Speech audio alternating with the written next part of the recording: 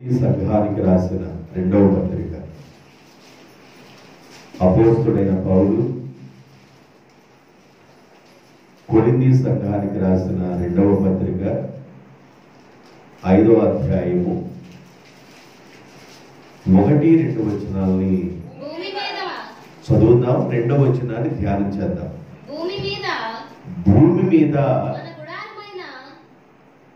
భూమి మీద మన గుడారమైన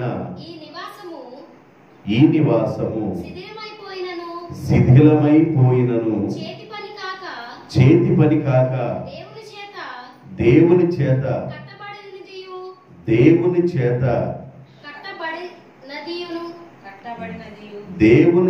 కట్టబడినదియును నిత్యమైనదియునైన నివాసము పరలోకమందు మనకున్నదని ఎరుగుదుము. మనము దిగంబరులము కాక వస్త్రము ధరించుకున్న వారముగా కనబడుదుము. చాలు. అపోస్తలుడైన పౌలు కొరింథీ సంఘానికి ఉత్తరాన్ని రాస్తూ, ఈ రెండో కొరింథీ సంఘం అంటే కొరింథీలకు రెండోసారి రాశారు ఈ ఉత్తరం. ఈ 5వ అధ్యాయంలో మొట్టమొదటి వచ్చిన అంటాడు, భూమి మీద ఉన్న మన గుడారము అనగా ఇల్లు అని అర్థం. అంటే ఏ ఇల్లు? మనం చేతులతో కట్టుకున్న ఇల్లు కాదు, చేతులతో నిర్మాణమైన ఇల్లు కాదు, రాయి మీద రాయి పెట్టిన ఇల్లు కాదు. కానీ భూమి మీద ఉన్న ఈ గుడారం అంటే శరీరము అనే ఇల్లు. ఈ గుడారము శిథిలమైపోయినను దేవుని చేత కట్టబడిన నిత్య నివాసం మనకున్నదని ఎరిగి మనం ప్రయాణం చేయాలి అని ప్రారంభించి అక్కడ ఏమంటాడంటే, మనము దిగంబరులము కాక వస్త్రము ధరించుకుని వారిగా కనబడుదుము. ఈ వాక్య భాగం అన్ని జనులకు సంబంధించింది కాదు, బయట ఉన్న వారికి సంబంధించింది కాదు. ఈ వాక్యము సంఘంలో ఉన్న వారికి, ఆత్మీయులకు సంబంధించింది. ఆధ్యాత్మిక జీవితంలో ఎవరైతే ప్రయాణం చేస్తూ ఉన్నారో, ఆత్మీయ జీవితంలో ఎవరైతే బలం పొందాలనుకుంటున్నారో, ఆత్మీయ జీవితంలో ఎవరైతే మెరుగుపరచబడాలనుకుంటున్నారో, ఆత్మలో ఎవరైతే మెలుగుగా ఉండాలనుకుంటున్నారో, ఆత్మలో ఎవరైతే క్షేమాన్ని పొందాలనుకుంటున్నారో వాళ్ళ గురించి రాయబడిన మాట ఇది. ఏమని రాయబడింది? మనము దిగంబరులము కాక వస్త్రము ధరించుకుని వారిగా కనబడుదుము. అంటే దాని అర్థం ఏంటంటే, దిగంబరులం అంటే మన స్వభావాన్ని కోల్పోకూడదని అర్థం. వస్త్రము ధరించుకుని వారుగా కనబడదుము అన్నాడు. స్వభావంలో మార్పు వచ్చిన తర్వాత, మన మనసులో మార్పు వచ్చిన తర్వాత, మన స్వభావంలో మార్పు వచ్చిన తర్వాత దేవుడు మనకిచ్చిన వస్త్రాలను కోల్పోతాం. దేవుడు తన బిడ్డలకు అంటే సంఘానికి కొన్ని వస్త్రాలు ఇవ్వటం జరిగింది. ఏమేమి వస్త్రాలు ఇచ్చారు దేవుడు? దీన మనసు అనే వస్త్రాన్ని ఇచ్చారు, ఉల్లాస వస్త్రాన్ని ఇచ్చారు, రక్షణ వస్త్రాన్ని ఇచ్చారు, మహిమా వస్త్రం ఇచ్చారు, ఇలాగా పిండ్లి వస్త్రం ఇచ్చారు. ఇలాగ కొన్ని వస్త్రాల గురించి బైబిల్లో వ్రాయబడి ఉన్నాయి.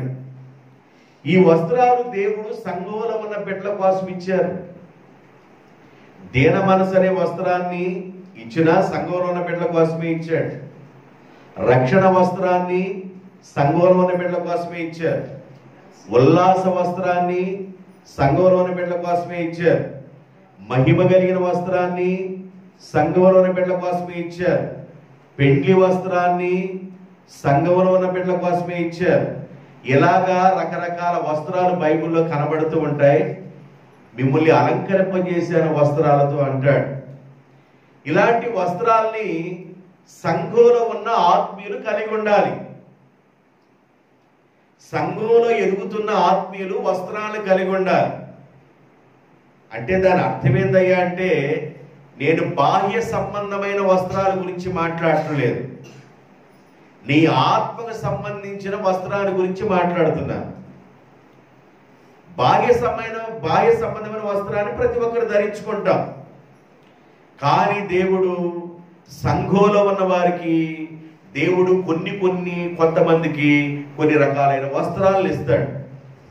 దాన్ని కాపాడుకోవాలి. బైబిల్లో రాయబడింది, అంతం వరకు కాపాడుకున్నవాడే రక్షణ పొందును, అంతవరకు సహించిన వాడే రక్షణ పొందును. అంటే దాని అర్థం ఏంటంటే అంతం వరకు అంటే ఆఖరి శ్వాస వరకు దేవుడు నీకిచ్చిన రక్షణను, నీకిచ్చిన రక్షణ వస్త్రాన్ని అంతం వరకు కాపాడుకుంటే ఆ వస్త్రం నీకు దక్కింది. ఈ వస్త్రం కాదు సుమా, రక్షణ బాప్తిజం పొందిన తర్వాత రక్షణ వస్త్రం, స్తుతి వస్త్రము, ఉల్లాస వస్త్రం, మహిమా వస్త్రం, దీనమనసరే వస్త్రము, పెండ్లి వస్త్రము, ఇలాగ రకరకాలైన వస్త్రాలు ఉన్నాయి. ఈ వస్త్రాల్ని కోల్పోకుండా చూసుకోండి. ఏం చేయాలంట సంఘం? మనము దిగంబరులము కాక వస్త్రము ధరించుకుని వారుగా కనబడుదుము.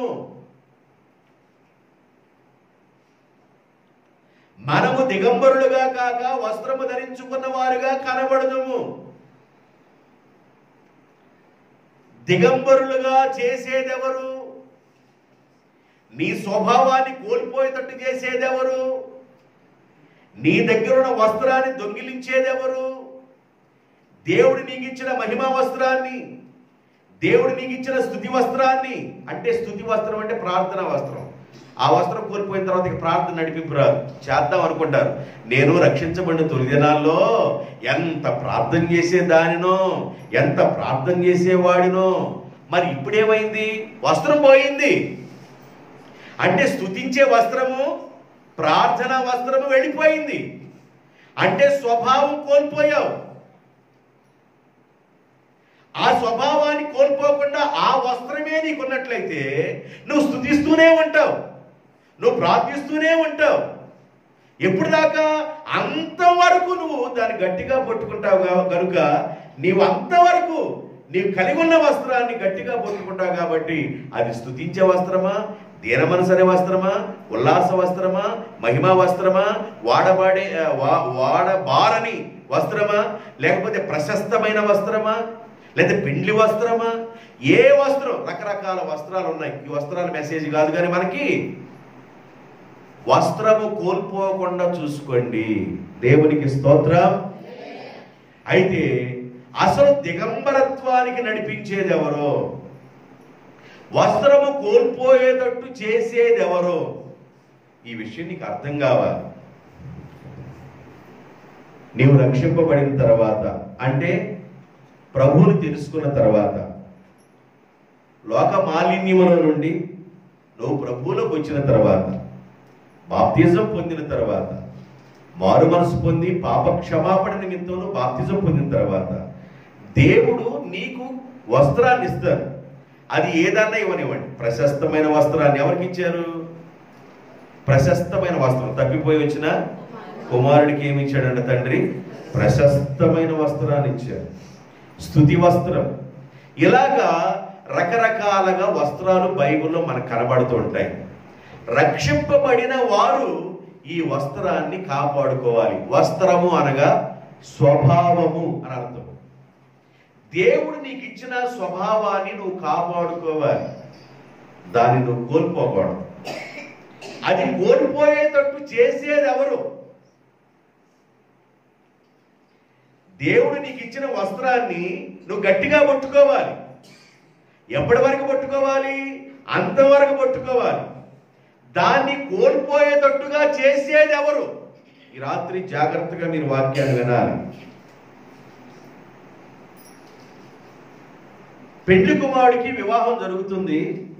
ఆ పెళ్లింటి వాళ్ళు ఏం చేశారంటే పెళ్లికి వచ్చే వాళ్ళందరికీ వస్త్రాలు ఇచ్చారు. బాయ్, మీరు పెళ్లికి వస్తున్నారు, మేము ఇచ్చిన వస్త్రాలు కట్టుకొని మీరు రావాలి. నా కుమారుడికి వివాహం జరుగుతుంది, ఆ జరిగే వివాహానికి మీరు రావాలంటే మేము పెళ్లి వస్త్రాన్ని మీకు ఇస్తున్నాం, ఈ పెళ్లి వస్త్రాన్ని కట్టుకొని మీరు రావాలి అని అందరికీ కబురు పంపించారు, అందరికి వస్త్రాలు పంపించారు. ఆ పెళ్లికి వచ్చే వాళ్ళు అందరూ ఎలాగొచ్చారంటే పెళ్లి వస్త్రం కట్టుకొని వచ్చారు. పెళ్లికి వచ్చే వాళ్ళందరూ పెళ్లి వస్త్రం కట్టుకొని వచ్చారు. వారిలో ఒకడు ఉన్నాడు. మత్తయి సువార్త 22వ అధ్యాయం, మత్తయి సువార్త 22వ అధ్యాయం 11వ వచనం. 22వ అధ్యాయం 11వ వచనం చదువు. రాజు ఆ పెళ్లి విందుకి వచ్చిన వారిని, కూర్చున్న వారిని చూడటానికి లోపలికి వచ్చి అందరూ చూస్తా ఉన్నప్పుడు పెళ్లి వస్త్రాలు ధరించుకొని ఉన్నారు. ఒక్కడ మాత్రం పెళ్లి వస్త్రం ధరించుకోకుండా కూర్చున్న వారిని చూచి, స్నేహితుడా, నేను పెళ్లి వస్త్రాన్ని పంపించాను కదా, ఈ పెళ్లికి రావటం కోసం, నా కుమారుడి వివాహం రావటం కోసం మీకు ముందుగానే పెళ్లి వస్త్రాలు ఇచ్చాను కదా, వీళ్ళందరూ చూడు ఎలాగొచ్చి కూర్చున్నారు, వీళ్ళందరూ పెళ్లి వస్త్రాలు ధరించుకొని వచ్చి కూర్చున్నారు. నువ్వు అక్కడనే పెళ్లి వస్త్రాలు ధరించుకోకుండా వచ్చావు, నీకు వస్త్రం అందలేదా? అందింది. అయినా పెళ్లికి వచ్చి భోజనం చేసి వెళ్దాం అనుకుని వచ్చాను, వస్త్రంతో పని ఏంది అన్నాడు. వస్త్రంతో పని ఏందంటవేంది? వస్త్రంతోనే పని ఉంది ఇక్కడ. పెండ్లి వస్త్రం లేకుండా పెండ్లి విందులోకి ఎలాగ ప్రవేశించావు? స్నేహితుడా, చక్కగా మాట్లాడి, ఇక్కడికి ఎలాగొచ్చింది స్నేహితుడా పెండ్లి వస్త్రం లేకుండా? అడగగా మౌనిగా ఉండెను. అంతటా రాజు వీని కాళ్ళు చేతులు కట్టి వెలుపడ చీకటిలోనికి వెయ్యండి అన్నాడు. ఎందుకంటే అంత కోపం వచ్చింది ఆయనకి. దేని గురించిది?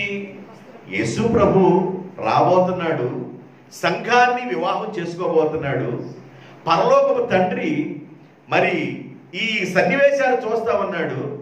రక్షణ పొందిన వారందరికీ దేవుడు ఆ పెండ్లి వస్త్రాన్ని ఇస్తున్నాడు. ఎందుకంటే రేపు జరగబోయే ఆ పెండ్లిలో ప్రతి ఒక్కరూ పెళ్లి వస్త్రాన్ని ధరించుకొని ఉండాలా.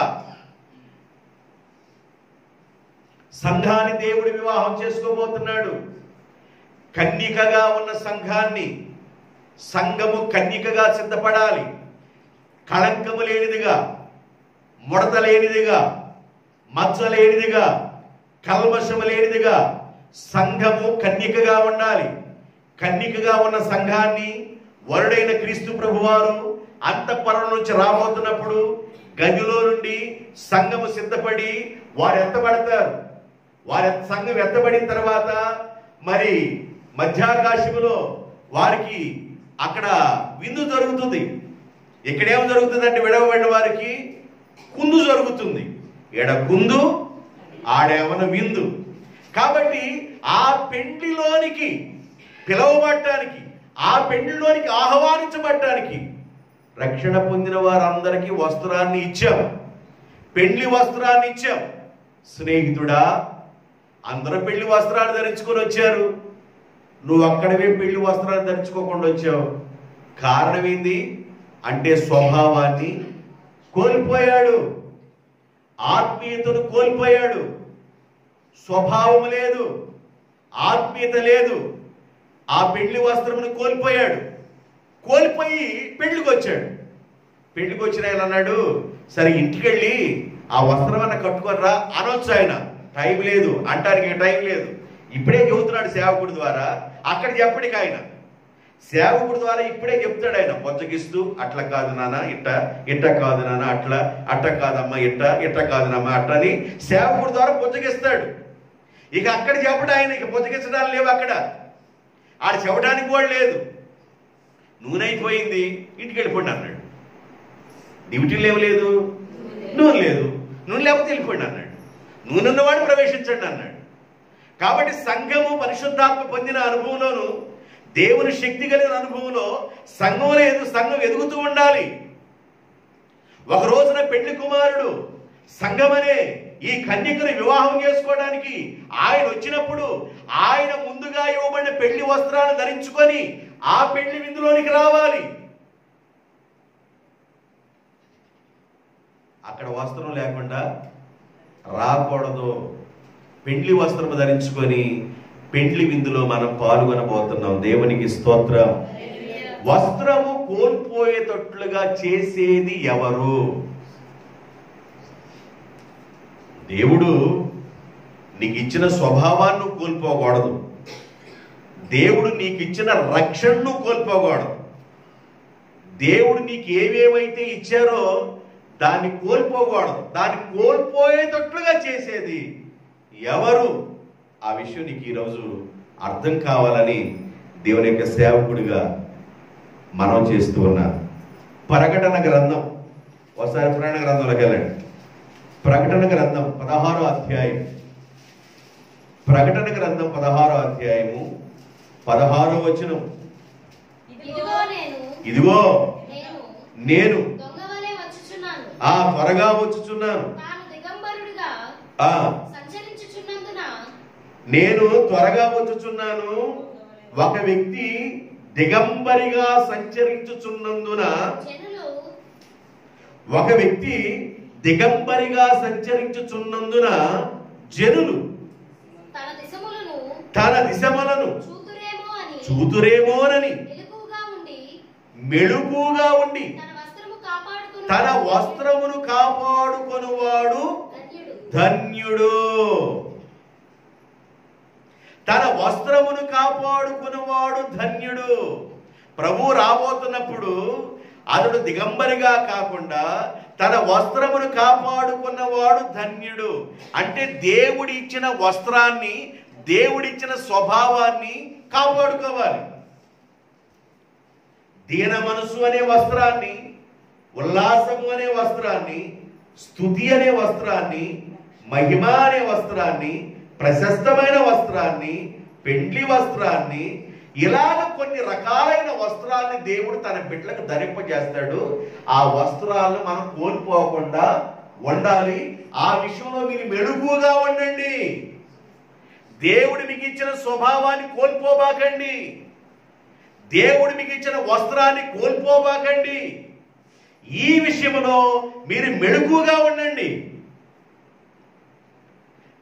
మెళుకుగా ఉండి తన వస్త్రమును కాపాడుకున్నవాడు ధన్యుడు. ధన్యుడు. వస్త్రము అంటే స్వభావము అని చెప్తున్నాను.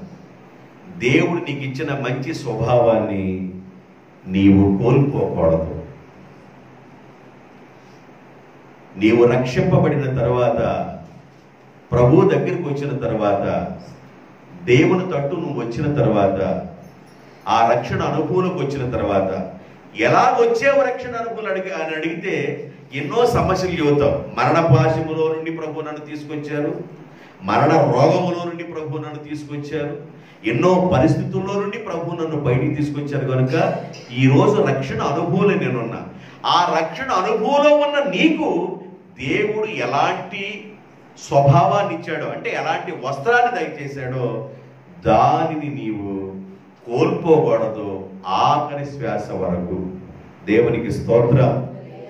కోల్పోయేటట్టు చేసేది ఎవరు? దేవుడికి ఇచ్చిన వస్త్రాన్ని నువ్వు కోల్పోకూడదు. కోల్పోయేటట్టు చేసేది ఎవరు? ఆ విషయాలు బ్రీఫ్గా, టూకీగా కొన్ని మాటలు చెప్పేసి నేను వాక్యాన్ని కొంచెం మిమ్మల్ని ముందుకు తీసుకుని వెళ్తాను.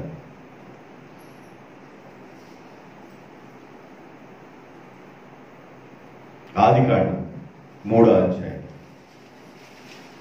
ఆదికాండం 3వ అధ్యాయం 10వ వచనం. అందుకు అతడు, దేవా, నేను ఏదే తోటలోనే ఉన్నాను, నీ స్వరాన్ని నేను వినినప్పుడు నేను దిగంబరిగా నుంటిని గనుక భయపడి ఆ అంజూరపు చెట్లు చాటు దాక్కున్నా నేను. అందుకాయన నీవు దిగంబరివని నీకు తెలిపిన వాడు ఎవరు? ఈ ఏదేని తోటలో అన్ని వృక్ష ఫలాలు పెట్టాను, ఏదైతే నేను తినకూడదని చెప్పానో దాని జోలికి నీ వెళ్ళేవు కనుక ఈ రోజు నీకేమర్థమైందంటే నేను దిగంబరినని నీకు అర్థమైంది అంటే దాని అర్థమైంది అంటే దేవుడు ఒకటి ఏదైతే చెయ్యొద్దు అని అంటాడో దాన్ని చేయకుండా ఆగిపోవాలి. దేవుడు దేన్నైతే తాకొద్దు అంటాడో దాన్ని తాకకుండా ఆగిపోవాలి. దేవుడు ఏదైతే చూడొద్దు అంటాడో మానేయాలి. దేవుడు ఏది చెప్పినా అది మన క్షేమం కోసమే చెబుతాడు. దేవునికి స్తోత్రం. దేవుడు ఆయన పరలోకపు తండ్రి ప్రేమ కలిగిన వాడు కనుక ఆయన ఏది చెప్పినా మన క్షేమం కొరకే మాట్లాడతాడు. ఒకసారి బాగా ఎర్రటెండలో కష్టపడుతున్నాడంట ఒక అబ్బాయి. కష్టపడుతున్నాడు, పొలం వెళుతున్నాడు, వస్తున్నాడు, కష్టపడుతున్నాడు. ఆ కష్టపడితే ఒకసారి అనుకున్నాడు, ఈ పొలంలో నేను పనిచేస్తా ఉన్నాను, ఈ పొలం యొక్క యజమాని కన్నా నేను పుట్టుంటే బాగుండిద్ది అనుకున్నాడంట. లోపల అనుకుంటా పనిచేస్తున్నాడు. ఆయన స్వభావాన్ని గమనించిన ఆయన ఏం చేశాడంటే, బాబు ఈ రోజు నుండి మా ఇంట్లోనే నువ్వు ఉండురా అని తీసుకెళ్ళాడు. తీసుకెళ్ళి ఒక గదిలో పెట్టాడు. గదిలో పెట్టి నేను ఊరు వెళ్తున్నాను, మరలా వస్తాను, అదిగో ఆ పైన ఆ మంచు బల్ల మీద ఒక పిట్ ఉంది కానీ ఆ పిట్ నట్టుకోబాక అన్నాడు.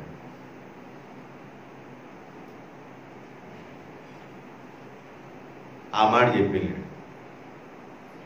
మంచు బల్ల మీద పెట్టలేముంది, మంచు బల్ల మీద పెట్టలేముంది, మంచు బల్ల మీద పెట్టలేముంది, ఇదే ఆయన ఊరికి వెళ్ళాడు కదా. మంచు బల్ల మీద పెట్లో ఏమి లేదు కానీ వెళ్ళొద్దురా బాబు అన్నాడు, అంతే. తాకొద్దు అన్నాడు. అవుతాడా? వెళ్ళాడు, మంచు బల్ల మీద పెట్టి తీసాడు, ఏం లేదని తెలుసుకున్నాడు. దాని తాళాన్ని ఎట్ట తీయాలో తీసాడు. తాళాన్ని ఎట్ట తీయాలో కొంతమంది తెలుసు, బియ్యం ఎట్ట అమ్మాలో, తాళం ఎట్ట తీయాలో కొంతమంది తెలుసు. ఎందుకంటే వెళ్ళినప్పుడు బియ్యం ఎట్టగా అమ్మాలో అలాగే జనాలకి వాళ్ళకే తెలుసు. ఇక పెట్టేసినట్టే ఉంది, లోపల బియ్యం ఉండదు. కొంతమందికి ఏమైపోయింది అంటే పెట్టి తినేస్తుంది, పెట్టి తినేస్తుంది. వెళ్ళిపోయి చూసాడు, అయిపోయింది, ఏమి లేదు. ఆయన యజమాని రానే వచ్చాడు. యజమానికి అర్థమైపోయింది అబ్బాయి చూశాడని. ఒరే నాయన, చిన్న విషయంలో నేను నమ్మకంగా ఉండలేకపోయేవే, నువ్వు చిన్న విషయంలో నీ స్వభావాన్ని కోల్పోయేవే. దేవుడు ఎవరిని ఎక్కడ ఏ స్థలంలో ఉంచాలో అక్కడ అందరినీ ఉంచుతాడు. మనమున్న స్థితిలో దేవుణ్ణి సంతోష పెట్టడాన్ని నేర్చుకోవాలి. దేవునికి స్తోత్రం. పైన కొంగెళ్తుంటే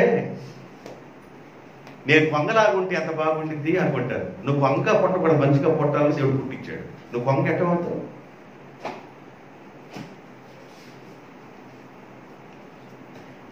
దేవుడు తన బిడ్డలకి ఇచ్చిన స్వభావాన్ని కోల్పోయేటట్టు చేసేది ఎవరు? ఆదాము, ఎక్కడున్నావు? స్వరం వినబడుతుంది. అంతకుముందు స్వరం వినబడినప్పుడు ఆ స్వరానికి వెంటనే రెస్పాన్స్ అయ్యేవాడు. ఇప్పుడు భయపడుతున్నాడు. అయ్యా, నీ స్వరం విన్నప్పుడు నాకు భయం వస్తుంది, నీ స్వరం విన్నప్పుడు నాకు భయం కలుగుతుంది. రెండోది, నా రూపం నాకు అర్థమైపోతుంది, నేను దిగంబరిగా ఉండిపోయాను, నేను అంజూరపు చెట్టు చాటున దిగంబరిగా ఉండిపోయాను అని దేవుడు ఆదాముకి ఏమి ఇచ్చాడంటే మహిమా వస్త్రాన్ని ఇచ్చాడు. దేవునికి స్తోత్రం. హల్లెలూయా. మహిమా వస్త్రాన్ని ఇచ్చారు. ఆదాము కానివ్వండి, అవ్వ కానివ్వండి, మహిమా వస్త్రాన్ని ఇచ్చారు. వారి దిగంబరులు అనే విషయం వారికి తెలియదు. మహిమా వస్త్రం కలిగి ఉన్నారు వాళ్ళు. ఇప్పుడు ఏం కోల్పోయారంటే మహిమా వస్త్రాన్ని కోల్పోయారు. మహిమా వస్త్రాన్ని కోల్పోవడానికి కారణం ఎవరు? మహిమ కోల్పోవడానికి కారణం ఎవరు? మహిమ కోల్పోవడానికి ఏమి ఆలోచన వారిలో ప్రారంభమైంది? ఒకసారి మనం గమనిస్తే దేవుడు ఏదైతే చెప్పాడో అది చేయకుండా ఉండాలంతే. ఒరే నాయనా, అన్నిటినీ తినండి, మంచి చెడుల జోలికి మాత్రం వెళ్ళబాకండి, ఆ ఫలవృక్షం జోలికి వెళ్ళబాకండి. దేవుడు ఏది చెయ్యొద్దంటామో మనిషి దాన్నే చేయడానికి ప్రయత్నం చేస్తారు.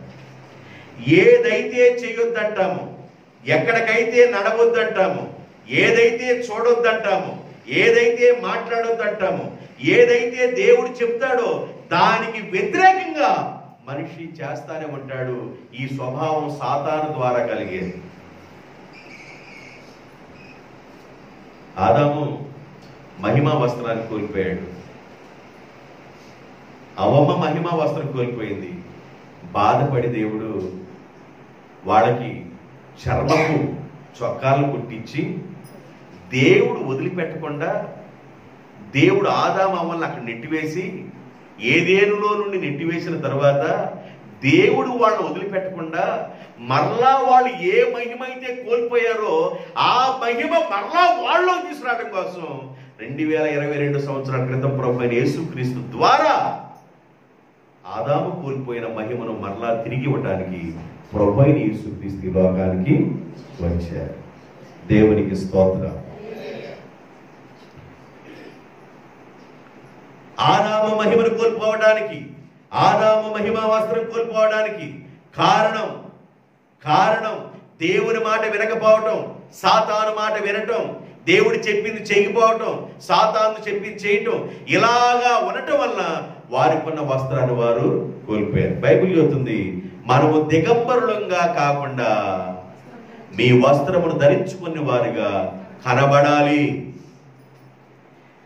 మీ వస్త్రమును కలిగి ఉన్న వారుగా మీరు కనబడాలి. మీరు దిగంబరులుగా కనబడకూడదు.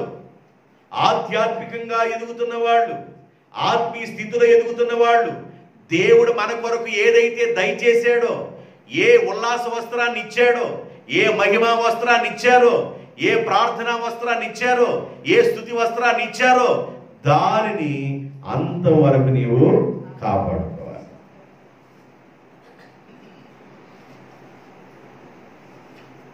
అపోస్తలుడైన పౌలుని దేవుడు అభిషేకించి సేవకు పంపించారు. సౌలుని పౌలుగా మార్చి దమస్కో మార్గంలో వెళుతున్నప్పుడు దేవుడు దర్శించి మాట్లాడి సౌలుని పౌలుగా మార్చి సేవ కోసం దేవుడు ఏర్పాటు చేసుకొని పలు ప్రాంతాల్లో బహుబలంగా దేవుడు వాడుకుంటూ మరి అద్భుతాలు జరిగిస్తూ దేవుడు పౌలు గారిని వాడుకుంటా ఉన్నాడు.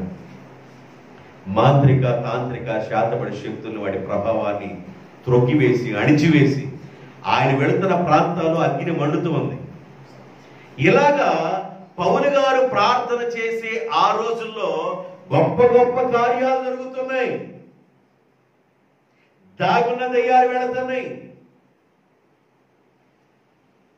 రకరకాలుగా దాగున్న దయ్యాలు ఇవన్నీ వెళ్ళగొట్టబడతా ఉన్నాయి. ఈ విషయాన్ని స్కేవా కుమారుడు, యూదుల ప్రధాని అయిన స్కేవా కుమారులు 7 చూశారు. ఈయన మీద ఏమైనా అభిషేక వస్త్రం ఉంది. పౌలు గారిని దేవుడు అభిషేకించాడు. దేవుని అభిషేక వస్త్రం ఆయన మీద ఉంది. ప్రశస్తమైన వస్త్రం ఆయన మీద ఉంది. ఉల్లాస వస్త్రం ఆయన మీద ఉంది. స్తుతి వస్త్రం ఆయన మీద ఉంది. ఆయన ప్రార్థన చేస్తున్నప్పుడు కార్యాలు దేవుడు జరిగిస్తున్నాడు.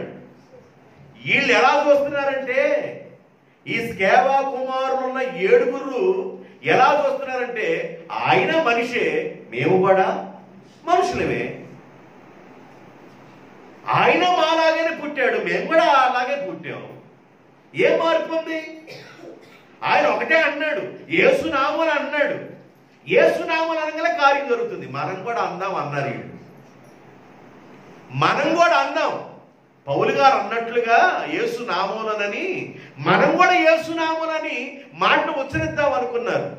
ఆ ఉచ్చరించాలంటే ఏం చేయాలా? దెయ్యాలు పట్టిన వాళ్ళు ఆడున్నారు, ఆడ ఎదుర్కొంటా ఉన్నారు. పట్టింది ఒకడికి, దెయ్యం వాళ్ళకి పట్టి ఉంది. పట్టుంటే వీళ్ళు చిన్నగా ఇదే ఆకరమంట కాకరకాయ అన్నట్లుగా, ఇదే యవారం అన్నట్లుగా వీళ్ళు ఏం చేశారంటే చిన్నగా బయలుదేరి ఆడికెళ్ళారు. ఏడకెళ్ళారు చూడండి. అపోస్తలుల కార్యం 19 14, 15, 16 క్లియర్ గా చదవండి. యూదుడైన స్కేవాయును, ఒక ప్రధాన యాజకుని కుమారులు. యూదుడైన స్కేవ అని ఆయన ఒక ప్రధాన యాజకుడు, ఆయన కుమారులు ఏడుగురు. అలాగ చేయుచుండిరి. అందుకు ఆ దయ్యము ఎన్నవచ్చును? 14 వచ్చిన చదవమ్మా. అందుకు ఆ దయ్యము నేను యేసుని గుర్తెరుగుదును, పౌలును కూడా నాకు తెలుసు. పౌలు ఎవరో తెలుసు, యేసు ఎవరో నాకు తెలుసు. కానీ మీరు ఎవరు? వాళ్ళిద్దరంటే నాకు తెలుసు, అసలు మీరు ఎవరు అని అడగగా ఎగిరి, ఆ దెయ్యం పట్టిన వాడు ఎగిరి ఎవరి మీద? స్కేవా కుమారులు 7 ఉన్నారే, వాళ్ళ మీద పడి వారిలో ఇద్దరు లొంగ తీసి, అంటే గెలిచినట్టు లొంగ తీసి గెలిచిందంటే ఇక గుద్దు గుద్దకుండా, లొంగ తీసిందంటే దాని అర్థమైంది ఒంగోబెట్టి మామూలుగా గుద్దలేదన్నమాట. లొంగ తీసి వాళ్ళని గెలిచెను. ఎవరు గెలిచింది? సైతాను గెలిచింది. లొంగ తీసి వారిని దెయ్యము గెలిచెను. అందుచేత వాళ్ళు, అంటే లొంగ తీసి కొడితేనే దిగంబరులు అయిపోతారా? అంటే ఎంత తన్ను ఉంటది అంటారు. దిగంబరులు అయిపోయారంటే వాళ్ళ వస్త్రాలు కూడా ఊడిపోయిందా కొట్టిందంటే దెయ్యం. ఇక ఏ భజనలో కొట్టుతాడరా? వస్త్రహీనులైపోయిరి, వాళ్ళు దిగంబరులై వస్త్రహీనులైపోయిరి.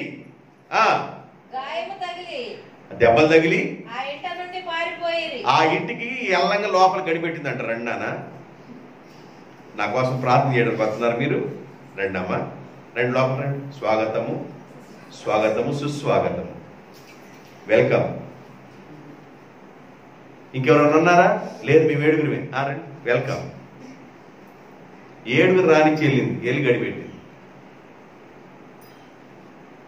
దెయ్యం అంటది పౌలు ఎవరో నాకు, యేసు ఎవరో, ఆయన మీద మహిమ వస్త్రం ఉన్న సంగతి నాకు తెలుసు, ఆయన మీద అభిషేకం ఉన్న సంగతి నాకు తెలుసు, ఆయన మీద స్తుతి వస్త్రం ఉన్న సంగతి నాకు తెలుసు.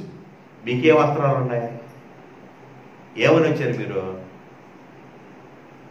అని దెయ్యం వస్త్రహీనులు చేసి లొంగగొట్టి వాళ్ళని గెలిచి ఆ నుంచి పంపిస్తే బ్రతుకు జీవుడా అని బయటపడి వాళ్ళు ఓడిపోయి వెళ్ళిపోయారు. కారణం ఏంటంటే వాళ్ళకి ఏమి లేదు.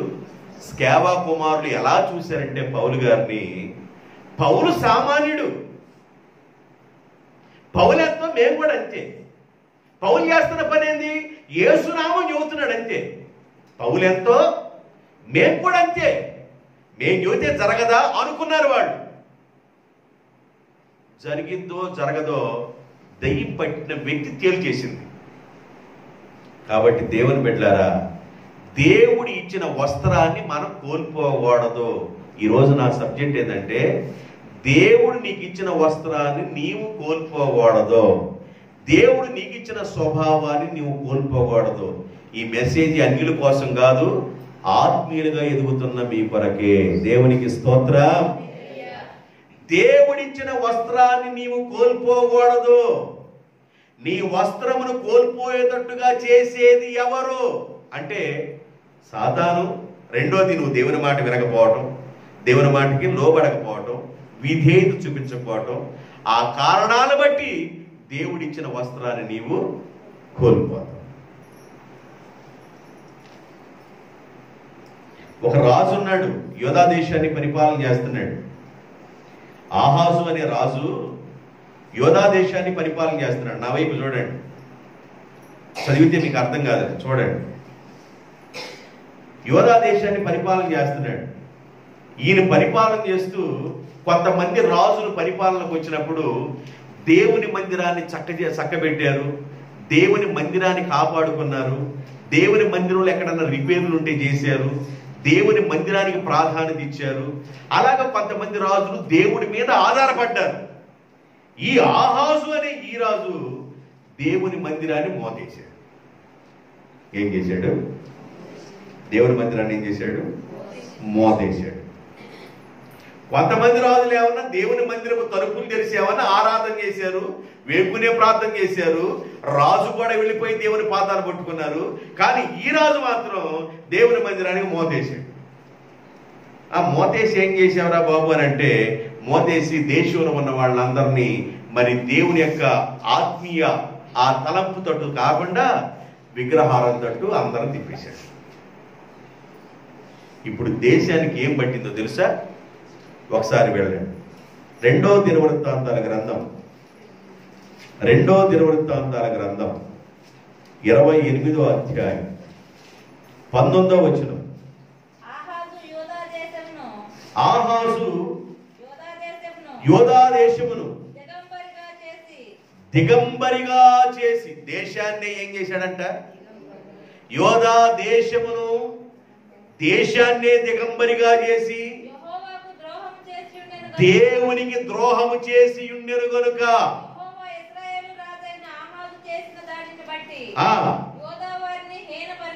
యోధావారిని హీనపరచెను. యోధావారు హీనులైపోవటానికి, యోధావారిని హీనపరచడానికి, వాళ్ళు బలహీనులైపోవటానికి, దేశమంతా దిగంబరత్వంలో ఉండటానికి కారణం ఎవరంటే దేశాన్ని పరిపాలన చేస్తున్న యోధా రాజైన ఆహాజు. అక్కడ ఇజ్రాయెల్ రాజు అని కూడా అంటారు, అంటే యూదులు ఇజ్రాయెల్ కలిపి ఆ పలుకుతున్నమాట. కానీ ఈ రాజు ఎవరంటే యోధా రాజు. యోధా రాజు దేశానికి దిగంబరత్వాన్ని పట్టేటట్లు చేశాడు. దేశమే పూర్తిగా ఆత్మీయత లేని వ్యక్తులుగా, అన్యోన్యత లేని వ్యక్తులుగా, అసలు దేవుని సన్నిధానం లేని వ్యక్తులుగా పూర్తిగా డౌన్ అయిపోయి, డౌన్ స్టేజ్లోకి వెళ్ళిపోయి దేవుని మందిరాన్ని మూతలు వేసుకొని విగ్రహారం తట్టుగా తిరిగారు కనుక దేశం ఏం చేసేదంటే దిగంబరత్వం అయిపోయింది. దీనికి మూల కారణం ఎవరే అంటే రాజైన ఆహాజు. దాన్ని బట్టి యూదులకి ఏమైపోయింది? హీన దశకి వెళ్ళిపోయారు. కాబట్టి దిగంబరత్వానికి కారణాలు అంటే స్వభావం కోల్పోవడానికి కారణం, దేవుడు నీకు ఇచ్చిన మంచి స్వభావాన్ని ఏ కారణం వల్ల నువ్వు కోల్పోతున్నావు? దేవుడు నీకు ఇచ్చిన వస్త్రాన్ని ఏ కారణం వల్ల నువ్వు కోల్పోతున్నావు?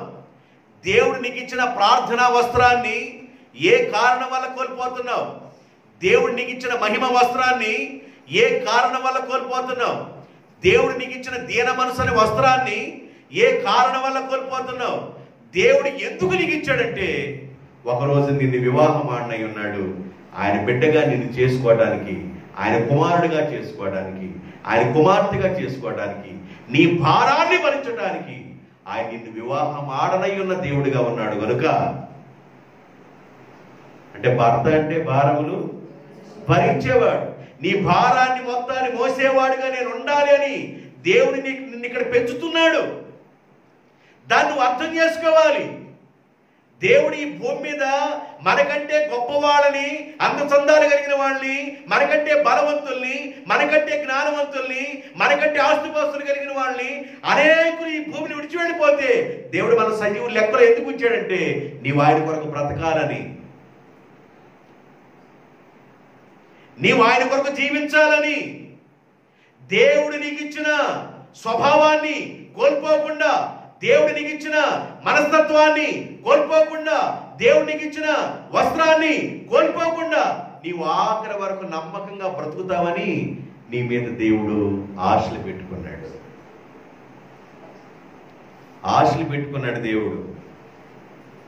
దేవుడు నీకు ఏదైనా ఒక వరం ఇచ్చేటప్పుడు ఎన్నో ఆశలు పెట్టుకొని ఇస్తాడు. నా కుమారుడికి ఇది ఇస్తున్నాను, జాగ్రత్తగా ఈ ఆశీర్వాదాన్ని కాపాడుకొని 2 తలాంతులకి 2 సంపాదించాను అంటాడేమో, 5 తలాంతులకి 5 సంపాదించాను అంటాడేమో. నా బిడ్డలకి నేను తలాంతులు కొన్ని ఇస్తున్నాను, కొన్ని ఆశీర్వాదాలు ఇస్తున్నాను, దాన్ని కాపాడుకొని అంతకంతకు డెవలప్ అవుతారేమోనని దేవుడు ఆశపడుతుంటే ఇచ్చిన తలాంతుల్ని పాతేసుకొని మనం అనటం మంచిదా? దేవుడికి ఇచ్చిన తలంతుల్ని, దేవుడికి ఇచ్చిన ప్రార్థన ఆత్మను, దేవుడికి ఇచ్చిన మహిమ వస్త్రాన్ని, ఈ అన్ని స్వభావాన్ని కోల్పోయి లేదు ఏమి కోల్పోయినట్లుగానో, దిగంబరిగా ఉన్నట్లుగానో, ఆత్మీయత లేనట్లుగానో, ప్రార్థన లేనట్లుగానో, కోల్పోయిన స్థితిలో ఉండటం దేవుని చిత్తం కాదు కదా. దేవుడు నీకు ఇచ్చిన దాన్ని నీవు కాపాడు పొందువుగాక. దేవునికి స్తోత్రం. ఇంకొక 5-10 నిమిషాలు వాక్యం చెప్పి నేను వాక్యాన్ని ముగించేస్తాను. జాగ్రత్తగా వినండి. మళ్ళీ ఈ టాపిక్ మనం వెళ్లకుండా ఇంకొక 5-10 నిమిషాలు వాక్యం చెప్పి నేను ఈ వాక్యాన్ని ముగించడానికి ప్రయత్నం చేస్తాను. ఆదికాండం 9వ అధ్యాయం. ఆదికాండం 9వ అధ్యాయం 21-22 వచనాలు. బైబిల్లో నోవాహు గురించి వ్రాయబడి ఉంది. నోవాహు యొక్క హిస్టరీని మనం చదువుతున్నప్పుడు, నోవాహు గురించి మనం ధ్యానం చేస్తున్నప్పుడు బైబిల్ ఏం చెబుతుందంటే, నోవాహు నీతిమంతుడు, నోవాహు నిందారహితుడు, నోవాహు దేవుని కృప పొందినవాడు, నోవాహు దేవునితో నడిచినవాడు, నోవాహు దేవుని మాటకు లోబడినవాడు, నోవాహు విధేయత కలిగిన వాడని చాలా సందర్భాల్లో నోవాహు గురించి వ్రాయబడి ఉన్నాయి. నోవాహు గురించి మనం చదువుతున్నప్పుడు నోవాహు నీతిమంతుడు, నిందారహితుడు, దేవుని కృప పొందినవాడు, దేవునితో నడిచినవాడు, విధేయుడు, దేవునికి లోబడినవాడు, దేవుని సన్నిధానంలో కుటుంబాన్ని కట్టుకున్న విషయాల్ని మనం నోవాహు యొక్క చరిత్రలో చదువుతాం. రైట్. నోవాహు ఎవరు అని అనగలే మనకేం అర్థం కావాలంటే, నోవాహు దేవుని మాట విన్నవాడు, నోవాహు దేవుని మాట విని కుటుంబాన్ని కట్టుకున్నవాడు, నోవాహు నిందారహితుడు, నోవాహు నీతిమంతుడు, నోవాహు దేవునితో నడిచినవాడు, నోవాహు దేవుని కృప పొందినవాడు, ఆ విధేయతను బట్టి తన కుటుంబాన్ని అంతటిని రక్షణలోకి నడిపించుకున్నవాడని మనం బ్రీఫ్గా ఆయన చరిత్ర చూస్తాం. అయితే దేవుడు రక్షించిన తరువాత, జలప్రళయములో నుండి దేవుడు నోవాహు యొక్క ఫ్యామిలీని తప్పించిన తరువాత, దేవుడు ఆ 8 మందిని, తన 3 కోడళ్ళు, 3 కుమారులు, నోవాహు, నోవాహు యొక్క భార్యను, టోటల్గా 8 మందిని, ఆ ఓడలో ఇంకా కొన్ని రకాలైన జంతువులని కాపాడిన దేవుడు.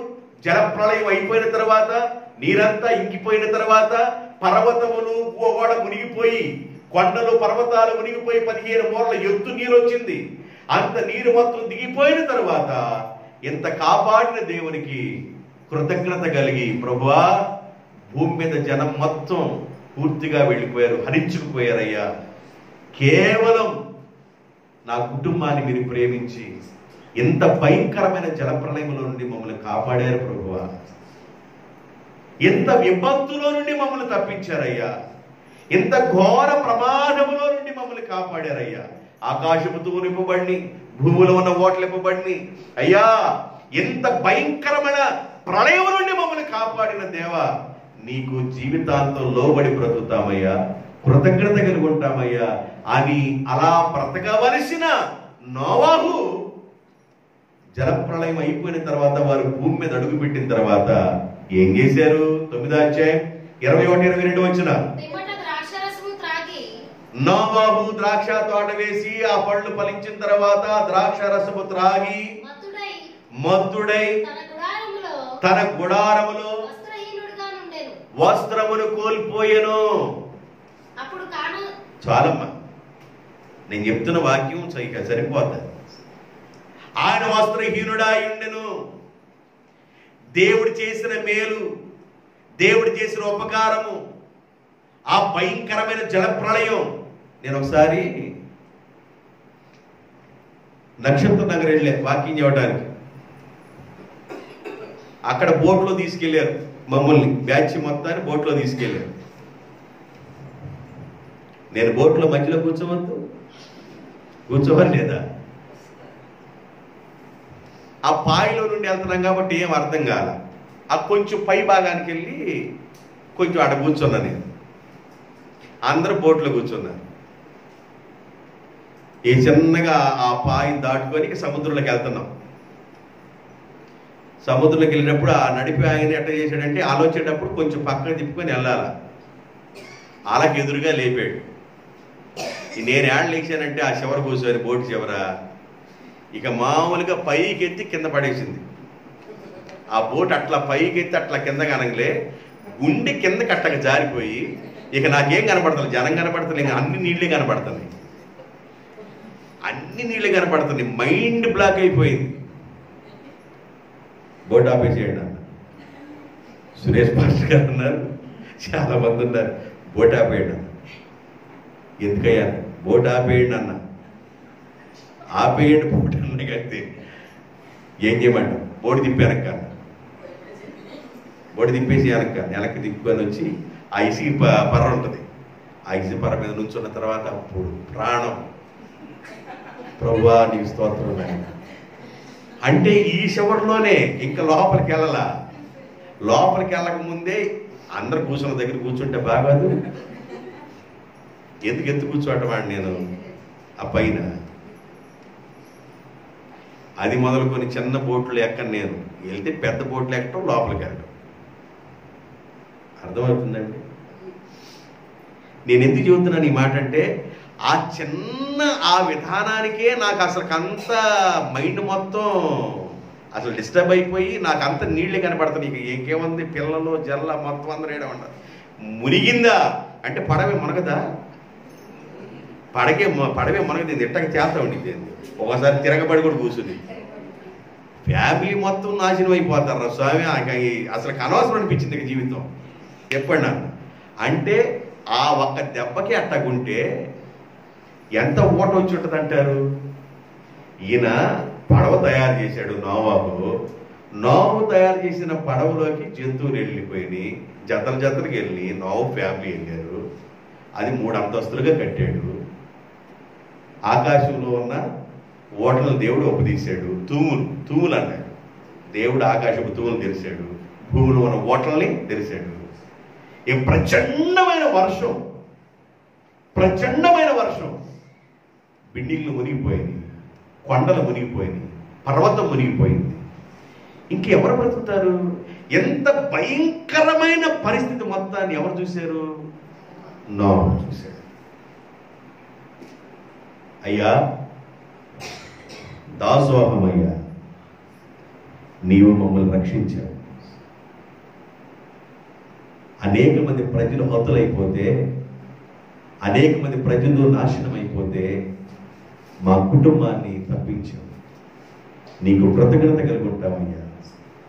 మీరిచ్చిన సాక్ష్యం, నోవాహు నీతిమంతుడని, నోవాహు నిందారహితుడని, నోవాహు దేవునితో నడిచినవాడు, నోవాహు విధేయుడని, నోవాహు దేవుని కృప పొందినవాడని ఎన్నో విషయాలు నా గురించి చెప్పినట్లుగానే అలాగే బ్రతికి చచ్చిపోతాను ప్రభువా అనుకోని జీవించవలసిన నోవాహు జలప్రళయం అయిపోయి మొత్తం దిగిపోయిన తర్వాత, పరిస్థితులన్నీ సద్దుమరిగిన తర్వాత మరలా తన స్టాండర్డ్ మారిపోయింది, తన స్థితిగతి మారిపోయింది. ద్రాక్ష తోట వేసి దానిలో ఉన్న రసం తీసుకొని దూస్తాగి మత్తుడైపోయి వస్త్రమును కోల్పోయాను. సరిపోతే పోయాడు. ఆ వస్త్రం చూసి చెప్పాడంట, నాన్న వస్త్రం కోల్పోయాడు అని. ఎవరు చెప్పింది? హాము, షేము, హాము, యాపెతు. ఈ మాట చెప్పింది ఎవరు? హాము చెప్పాడు. వీళ్ళిద్దరు వెళ్ళిపోయి కప్పికొచ్చారు. తర్వాత మెలకం వచ్చింది. వస్త్రం కోల్పోవడమే కాకుండా మెలక వచ్చిన తర్వాత తన కుమారుడిని శాపవచనాలు పలుకుతున్నాడు, కుమారుడిని శపిస్తున్నాడు. హాము శపించబడిన వాడవుతాడు, శపించబడిన వాడవుతాడు. శాపగ్రస్తమైన మాటలు నోవాహు యొక్క నోట రావడానికి, కడుపుని పుట్టిన కుమారుని శపించడానికి, దీనంతటికి మూల కారణం వస్త్రము కోల్పోవటానికి, ఇదంతటికి మూల కారణం నా అవిధేయత అని ఆయన గుర్తించాలి. నా అవిధేయత ద్వారే కదా నా వస్త్రం నేను కోల్పోయింది, నా అవిధేయత ద్వారే కదా నేను వస్త్రహీనుడైపోయింది. దేవుని కృప పొందినవాడు కదా, దేవుని బలం పొందిన వాడిని కదా, దేవునికి నమ్మకంగా బ్రతికిన వాడిని కదా, దేవుని యొక్క ఆ సన్నిధానం నడిచిన వాడిని కదా, నా కుటుంబం దేవుని కొరకు నడిపించుకున్నవాడిని కదా, నేనెందుకు ఇలా బెండ్ అయిపోయాను, నేనెందుకు ఇంత బలహీనుడైపోయాను, నేనెందుకు ఇలా వస్త్రం కోల్పోయిన వాడిగా నా బ్రతికి ఇలా అయిపోయిందని పశ్చాత్తాపడవలసిన వాడు పశ్చాత్తాపడకుండా కుమారుడు ఏం చేశాడు? శపించాడు.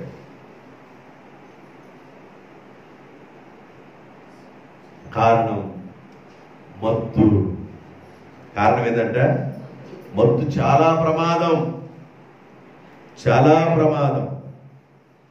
లోకాసు వార్త 21:37 రాయబడి ఉంది, మీ హృదయములు ఒకవేళ తిండి వలనను మత్తులైపోతారేమో, ఐకిక విచారాల వలనైనను. చదవండి.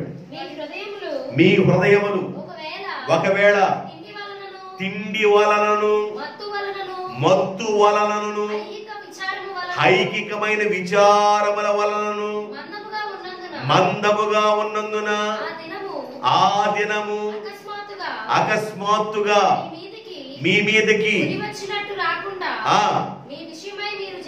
మీ విషయమై మీరు జాగ్రత్తగా ఉండి మత్తు వలన వస్త్రమును కోల్పోకుండా చూసుకొనండి.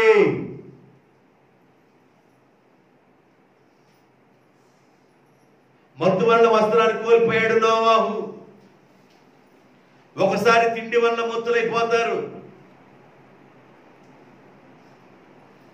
మత్తు వలనను, తిండి వలనను, ఐకిక విచారాల వలనను, వీటంతటి వలన ఏమైందంటే దేవుడు మనకిచ్చిన స్వభావం ఐకికమైన విచారం. లేచిన దగ్గర నుంచి విచారం విచారం విచారం. దేవుని చిత్తం లేకుండా నువ్వు ఏమి సాధించలేవు. తల్లవన్న ఒక ఇంటికి నీ నలుపు చేయలేవు, తెలుపు చేయలేవు, విచారపడి నువ్వేం చేయలేవు. అయితే ఏ సమస్యలోనైనా ప్రార్థన చేయటం మనం నేర్చుకున్నప్పుడు ప్రార్థన వినే దేవుడు సమస్యలో జవాబుగా మన పక్షం నిలబడతాడు. దేవునికి స్తోత్ర. కాబట్టి మత్తులు కాపాకండి. మత్తు వల్ల ప్రమాదం. వస్త్రమును కోల్పోయాడు నోవాహు. తన భవిష్యత్తు దినంలో దేవుడు చేసిన ఉపకారాలన్నిటినీ ఆ విషయాలన్నిటిని మర్చిపోయిన వాడై కడుపును పుట్టిన కుమారుడు ఏం చేస్తున్నాడంటే శాపవచనాల్ని పలుకుతున్నాడు. కాబట్టి దేవుని బిడ్డలారా, ఈ రాత్రి వాక్యాన్ని ముగించడానికి ముందుగా మీరు దిగంబరులుగా కాకుండా వస్త్రమును కలిగి ఉన్న వారుగా కనబడండి. ఎప్పటి వరకు కనబడాలయ్యా? అంతవరకు కనబడండి. దేవుడు మీకు ఇచ్చిన వస్త్రాన్ని మీరు కాపాడుకోండి. దేవుడు మీకు ఇచ్చిన రక్షణ మీరు కాపాడుకోండి. దేవుడు మీకు ఇచ్చిన ఉల్లాస వస్త్రాన్ని కాపాడుకోండి. దేవుడు మీకు ఇచ్చిన స్తుతి వస్త్రం, ప్రార్థించే వస్త్రం కాపాడుకోండి. దేవుడు మీకు ఇచ్చిన ప్రశస్త వస్త్రాన్ని కాపాడుకోండి. ఆయన మీకు ఇచ్చిన పెళ్లి వస్త్రాన్ని కాపాడుకోండి. దేవుడు ఏ టాలెంట్ ఇచ్చాడో దాన్ని కాపాడుకోండి. ఆఖరి వరకు సహించిన వాడు రక్షింపబడును. కనుక ఈరోజు మనం ప్రార్థన చేయబోతున్నాం. నీ స్వభావంలో మార్పు ఏమైనా జరుగుతుందా? ఒకవేళ అలా మార్పు జరిగినట్లయితే అది మనకి దీవెన కాదని జ్ఞాపకం చేస్తున్నా. దేవుడు నీకు ఇచ్చిన మంచి స్వభావాన్ని కాపాడుకో. ఆఖరి వరకు దేవునికి నమ్మకంగా ఉండు. దేవుడు నిన్ను, నీ కుటుంబాన్ని దీవించునుగాక. ఆమేన్. తరలవలసండి, ప్రార్థన చేద్దాం.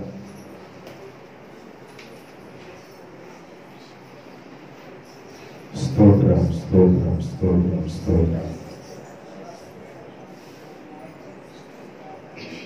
నోరు తెలిసి ప్రార్థన చేద్దాం ప్రతి ఒక్కరు. పరిశుద్ధుడైన తండ్రి, మీకు వందనాలు, స్తుతులు, స్తోత్రాలు చెల్లిస్తున్నాము నాయన. ఘనమైన మా ప్రభువా, బలమైన మా తండ్రి, రాజులకు రాజా, మీకు వందనాలు, స్తుతులు, స్తోత్రాలు. మీ సన్నిధిలో ప్రార్థన చేస్తున్నాము నాయన.